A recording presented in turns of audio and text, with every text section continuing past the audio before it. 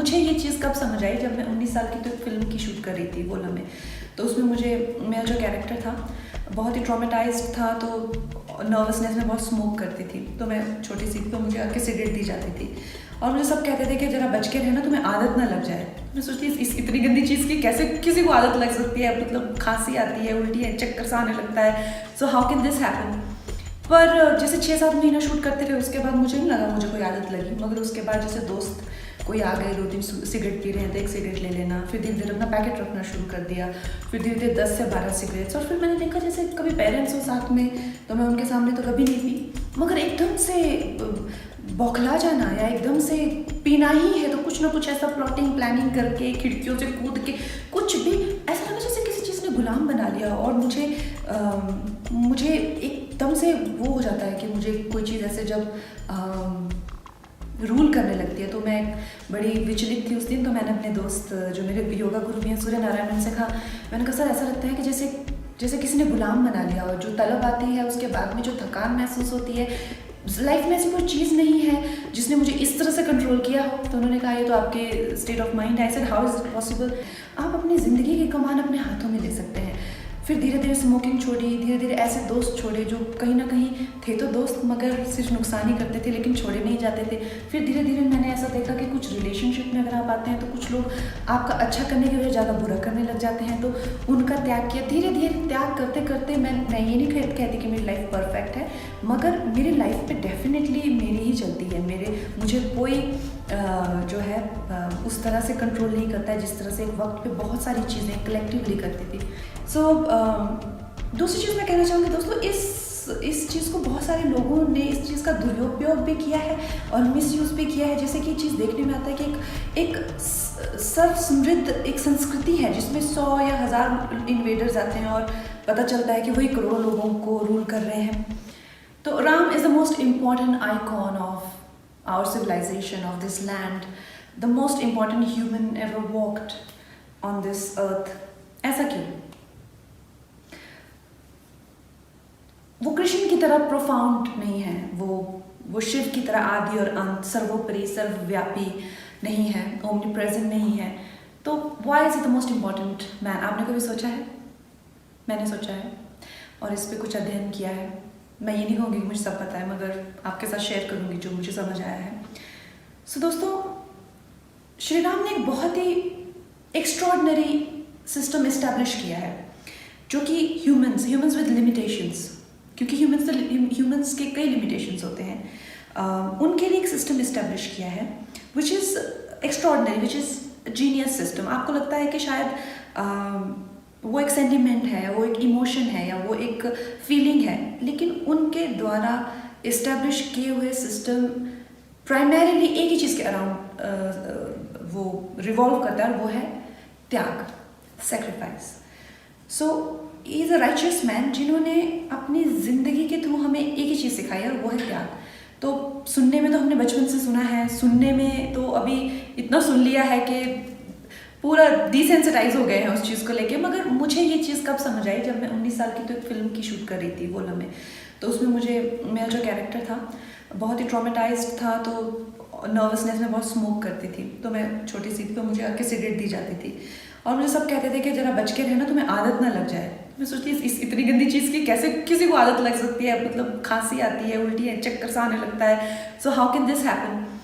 पर जैसे 6-7 महीना शूट करते रहे, उसके बाद मुझे नहीं लगा मुझे कोई आदत लगी। मगर उसके बाद जैसे दोस्त कोई आ गए, 2-3 सिगरेट पी रहे हैं तो एक सिगरेट ले लेना, फिर धीरे धीरे अपना पैकेट रखना शुरू कर दिया, फिर धीरे धीरे 10 से 12 सिगरेट्स। और फिर मैंने देखा जैसे कभी पेरेंट्स हो साथ में तो मैं उनके सामने तो कभी नहीं पी, मगर एकदम से बौखला जाना या एकदम से पीना ही है तो कुछ ना कुछ ऐसा प्लॉटिंग प्लानिंग करके खिड़कियों से कूद के कुछ भी ऐसा लगा जैसे किसी चीज़ ने गुलाम बना लिया। और मुझे एकदम से वो हो जाता है कि मुझे कोई चीज़ ऐसे जब रूल करने लगती है। तो मैं बड़ी विचलित थी उस दिन। तो मैंने अपने दोस्त जो मेरे योगा गुरु भी हैं सूर्य नारायण, उनसे कहा, मैंने कहा सर ऐसा लगता है कि जैसे किसी ने गुलाम बना लिया हो। जो तलब आती है उसके बाद में जो थकान महसूस होती है, लाइफ में ऐसी कोई चीज़ नहीं है जिसने मुझे इस तरह से कंट्रोल किया हो। तो उन्होंने कहा ये तो आपके स्टेट ऑफ माइंड है। I said how is it possible. Like किसी भी चीज़ से आप जो है ये ताकत छीन सकते हो, आपको इस तरह से कंट्रोल करने की ताकत। सिर्फ त्याग को अपना, जो श्री रामचंद्र ने कहा है।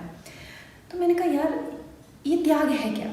It's a very benevolent action. It is a scientifically it is designed to evolve you as a human being. अगर आप अपनी विल पावर पे काम करना चाहते हैं तो धीरे धीरे आप चाहे उपवास रखिए छोटे छोटे, जैसे मैंने कल दान दिया, तो आप त्याग उसी चीज़ का कर सकते हो जो आपको चाहिए होती है, जिसकी आपको ज़रूरत होती है. इससे आप अपने कैरेक्टर को बिल्ड कर सकते हैं, आप अपनी ज़िंदगी की कमान अपने हाथों में ले सकते हैं. फिर धीरे धीरे स्मोकिंग छोड़ी, धीरे धीरे ऐसे दोस्त छोड़े जो कहीं ना कहीं थे तो दोस्त मगर सिर्फ नुकसान ही करते थे लेकिन छोड़े नहीं जाते थे. फिर धीरे धीरे मैंने ऐसा देखा कि कुछ रिलेशनशिप में अगर आप आते हैं तो कुछ लोग आपका अच्छा करने की वजह ज़्यादा बुरा करने लग जाते हैं, तो उनका त्याग किया. धीरे धीरे त्याग करते करते मैं ये नहीं कहती कि मेरी लाइफ परफेक्ट है, मगर मेरी लाइफ पे डेफिनेटली मेरी ही चलती है. मुझे कोई जो है उस तरह से कंट्रोल नहीं करता है जिस तरह से एक वक्त पे बहुत सारी चीज़ें कलेक्टिवली करती थी. तो दोस्तों इस तरह से मैंने जो इंटेलिजेंस बिहाइंड दिस सिस्टम है, जैसे आप ऐसा नहीं है कि हम इस सिस्टम को जानते नहीं हैं, मगर कुछ मॉडर्न आइकन्स हैं, जैसे महात्मा गांधी का पूरा सिस्टम ही राम राज्य पे एस्टेब्लिश था. वो रघुपति राघव उन्होंने ऐसा कभी छुपाया नहीं, मगर जो भी उन्होंने ब्रिटिश के साथ में देखा, अगर आप उसकी एक अध्ययन कीजिए, चाहे वो उनके कपड़े छोड़ना हो, चाहे वो नमक छोड़ना हो, चाहे वो जो भी है इंग्लिश चीज़ें छोड़ना हो, चाहे वो दांडी यात्रा हो, चाहे वो सत्याग्रह, चाहे वो अहिंसा, everything is derived from Shri Ram's system of Ram राज्य दैट ही इस्टेब्लिश्ड. तो ऐसा कि उनके कितने म्यूजियम्स हैं, कितने सारी उनकी कहीं मूर्तियाँ लगी होती हैं, कितना सारा उनके बारे में लिटरेचर है, और श्री राम के एक मंदिर के लिए हमको कितने 600 साल संघर्ष करना पड़ा. Anyway, that's another story for another day.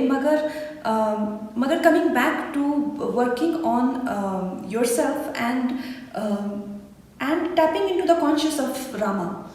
So दूसरी चीज़ मैं कहना चाहूँगी दोस्तों, इस चीज़ को बहुत सारे लोगों ने इस चीज़ का दुरुपयोग भी किया है और मिसयूज़ भी किया है. जैसे कि चीज़ देखने में आता है कि एक सर्व समृद्ध एक संस्कृति है जिसमें 100 या 1000 इन्वेडर्स आते हैं और पता चलता है कि वही करोड़ों लोगों को रूल कर रहे हैं. तो मैंने देखा है कि इसमें बहुत सारे लोगों ने जो है त्याग को कहीं ना कहीं कायरता से जोड़ा हुआ है.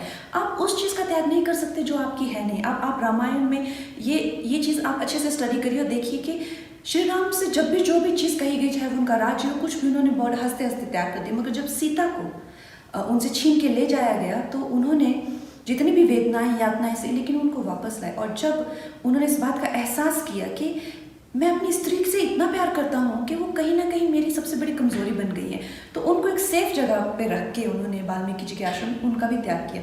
इवेंचुअली वो सरयू नदी में जाके उन्होंने समाधि ले ली थी, अपने प्राणों का भी त्याग किया था. मगर what I am trying to say is के जो आपका है नहीं आप उसका त्याग नहीं कर सकते.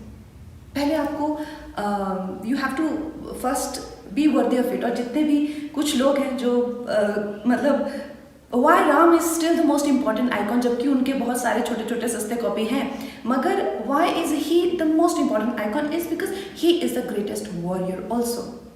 When you are the greatest warrior and when you are preaching nonviolence is greatness. जब आप लड़ ही नहीं सकते, जब आप कुछ कर ही नहीं सकते, तो आप नॉन वायलेंस से प्रीच करेंगे ना, और आप करेंगे क्या? So that is why I say that Rama is the biggest legend and the icon that we have here, and उन्हीं का राम राज्य जो है वो चलता रहे, जीता रहे. जय श्री राम.